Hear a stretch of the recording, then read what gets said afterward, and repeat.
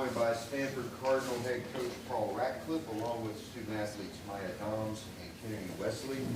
We will have an opening statement from Coach, followed by questions to the student athletes. Once they are finished, they go on, and then we'll have some Q&A with Coach. So, Coach, you can open statement.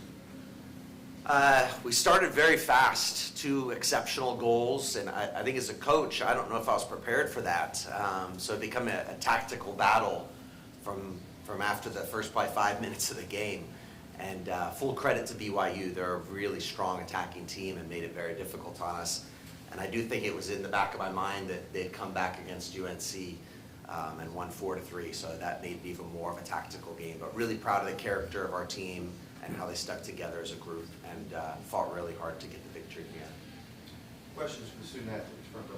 Maya, I want to ask you, just walk us through your goal, what you saw, maybe catching the keeper off the line, just a bit, what was going through your head when you decided to pull that one? Yeah, I got a great ball. I found the midpoint in the midfield. We knew they played a diamond midfield, and we knew that if the center back or outside back would get the ball, one of the mids would become open. So Ken played me a great ball. I turned, cut to my right, which is my sweet spot, and then just hit it top corner. It was pretty unreal.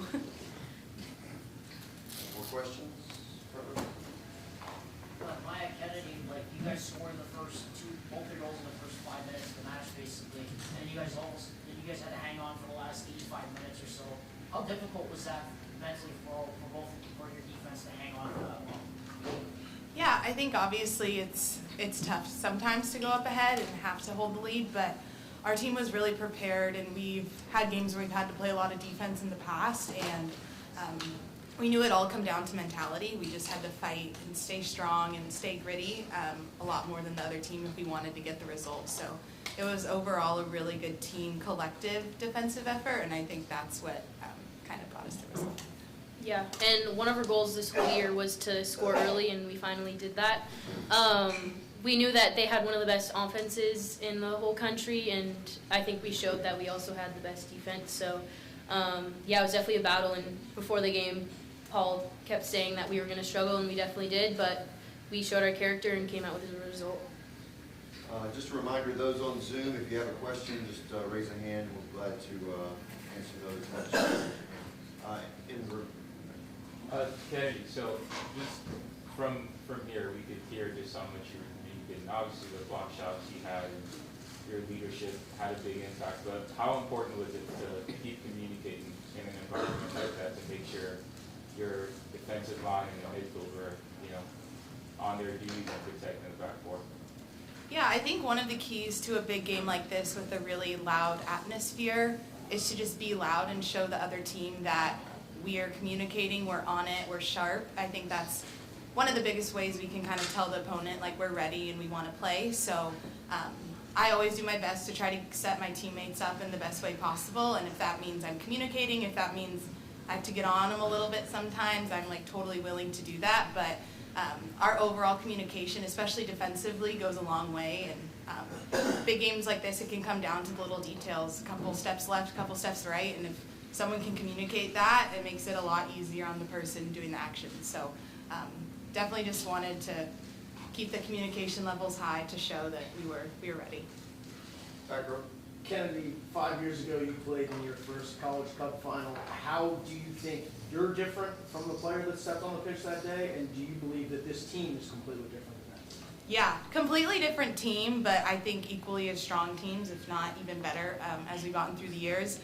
My freshman year, I was definitely a lot more nervous stepping on that field, a lot more hesitant, and kind of was more worried not to mess up than to actually show my potential. So being on the older side of things and being a leader on the team, I think, is definitely a little bit more of a fun position, in my opinion. And all 4 of my years of experience, I think I've learned a lot. So to be able to kind of bookend this experience in a much better place, I think, than I started my freshman year is like super, super great and really a blessing. I was talking to Allie earlier after the game about her goals. Only her second of the season. She told me, she was like, yeah, I kept telling my teammates, it's going to come, it's going to come. So how did that feel just as a teammate to celebrate that with her within the first 2 minutes of the game? How did it feel to celebrate with your teammate on that accomplishment? Yeah, I think Allie does a lot of work that doesn't show up on the stats, and today it did. But it's been amazing seeing her come back from her ACL injury and getting back into things, and she's shown that she hasn't skipped a beat. And yeah, like the past few games, I think she's been frustrated to miss a couple opportunities, and I was like, "You're saving it for the College Cup, aren't you?" And she's like, "Yeah, I am." And I was like, "Here we go." So there it is. Time for a couple more. Maya, Kennedy, all attention now shifts to this titanic matchup with Florida State. I should say future ACC conference member opponent Florida State, because Stanford, of course, will be ACC next year. What's the preparation going to be like, knowing that Monday's match against Florida State is going to be a lot harder than what you guys face tonight? Yeah, I think the first step will be to recover properly. It's late now. We have to make sure to get our bodies right tomorrow and Sunday, and then again, our focus shifts right to Florida State. We're going to watch the film and tactically get a good understanding of how they play, so that we can give them our best showing on Monday. But at the end of the day, in order to be the best, you have to beat the best, and that's our goal. And hopefully we can just prepare properly with the help of our staff and all the resources we have to give it our best shot. Yeah, I think it's kind of awesome that the last two standing are the last two undefeated teams in the country. So we definitely know it's going to be a battle. We know that they also have a potent offense like BYU does, so we just got to show our grit and our character and hope we get the result. Time for one more. Just the last one. You guys have obviously been here before. You were here a few years ago. Stanford, has created this reputation for themselves. But what is different about this year that might set this year apart? What's different this year? I think this year we've gone through a lot of different lineup changes and different players coming into the starting lineup. We have a really young team. I think we have like 2 or 3 freshmen starting, and then a lot of sophomores. So we just had a strong recruiting class, and I think we've really gelled together, especially later in the season. And I think trust is a big word that we've been using. Just trusting each other, encouraging each other, and just being positive when we can. All right. Well, thank you to the student athletes. Congratulations. Thank you. Thanks. Coach, you get to stick around. Okay. Thanks, you guys. Good job.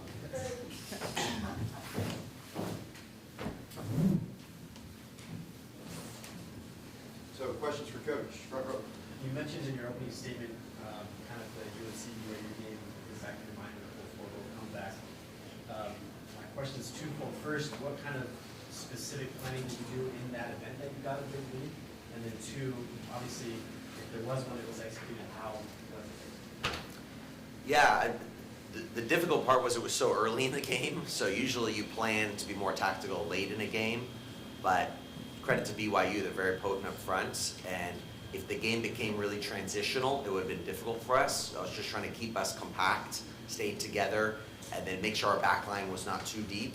So it was kind of a tricky situation, and they did a really good job, because I thought the first half seemed like a long first half after scoring so early with 2 goals in 5 minutes. Questions from Rick?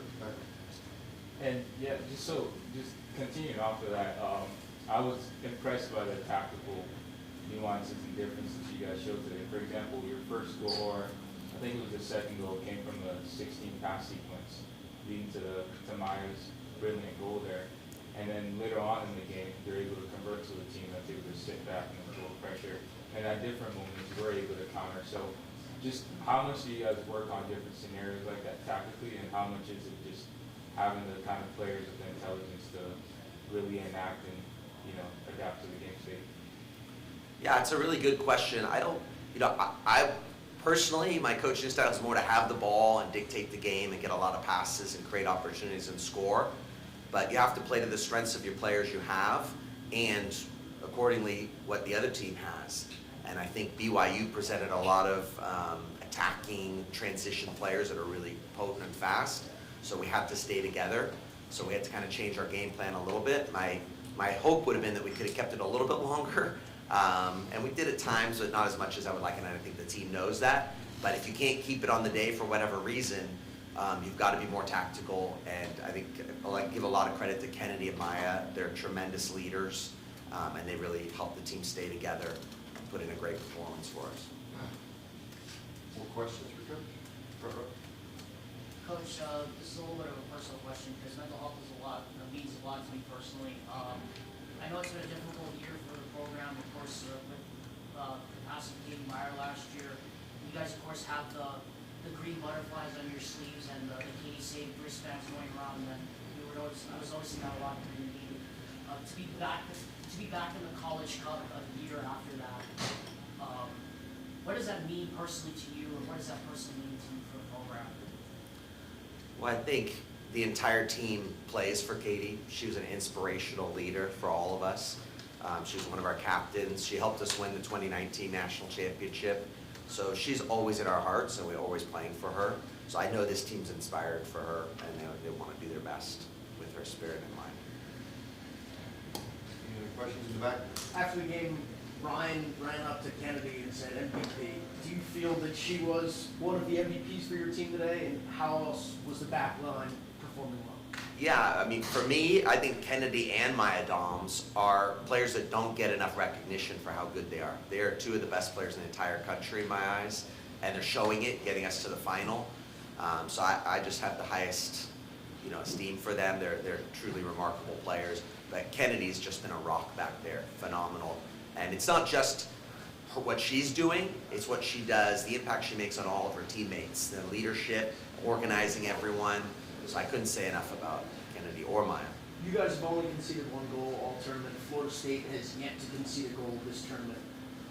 What do you do offensively to try and stop that streak on that end? And then defensively, I guess it's just more of the same, despite the fact they also have a talented front line?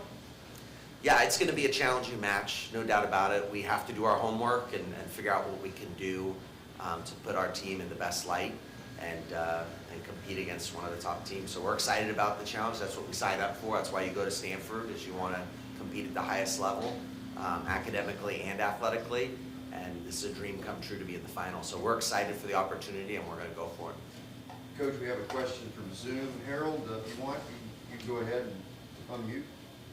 Yeah, sorry, I missed your opening statement, so you may have addressed this already, but what were the emotions like to see 2 goals, in the first 4 minutes, but I don't think you guys have scored before the 8 minutes this season. Was that, obviously you want to get ahead early, but was the goal to take long-range shots, or, and what are the emotions to see them both going? Yeah, I was trying to remember my pregame talk, because I need to say that one again and do the same thing. I was surprised, but I'm not surprised because we have phenomenal players at Stanford, and there were 2 exceptional goals, and I know the team was really excited for this game, and they went out there. We always talk about the big 5. The first 5 minutes of the game is key, and we came out strong. We've been talking about it all year, and we haven't done it that much, so I'm happy we did it on the biggest stage. Coach, it's late. We appreciate your time. Good luck Monday. Thank you, guys. Appreciate it.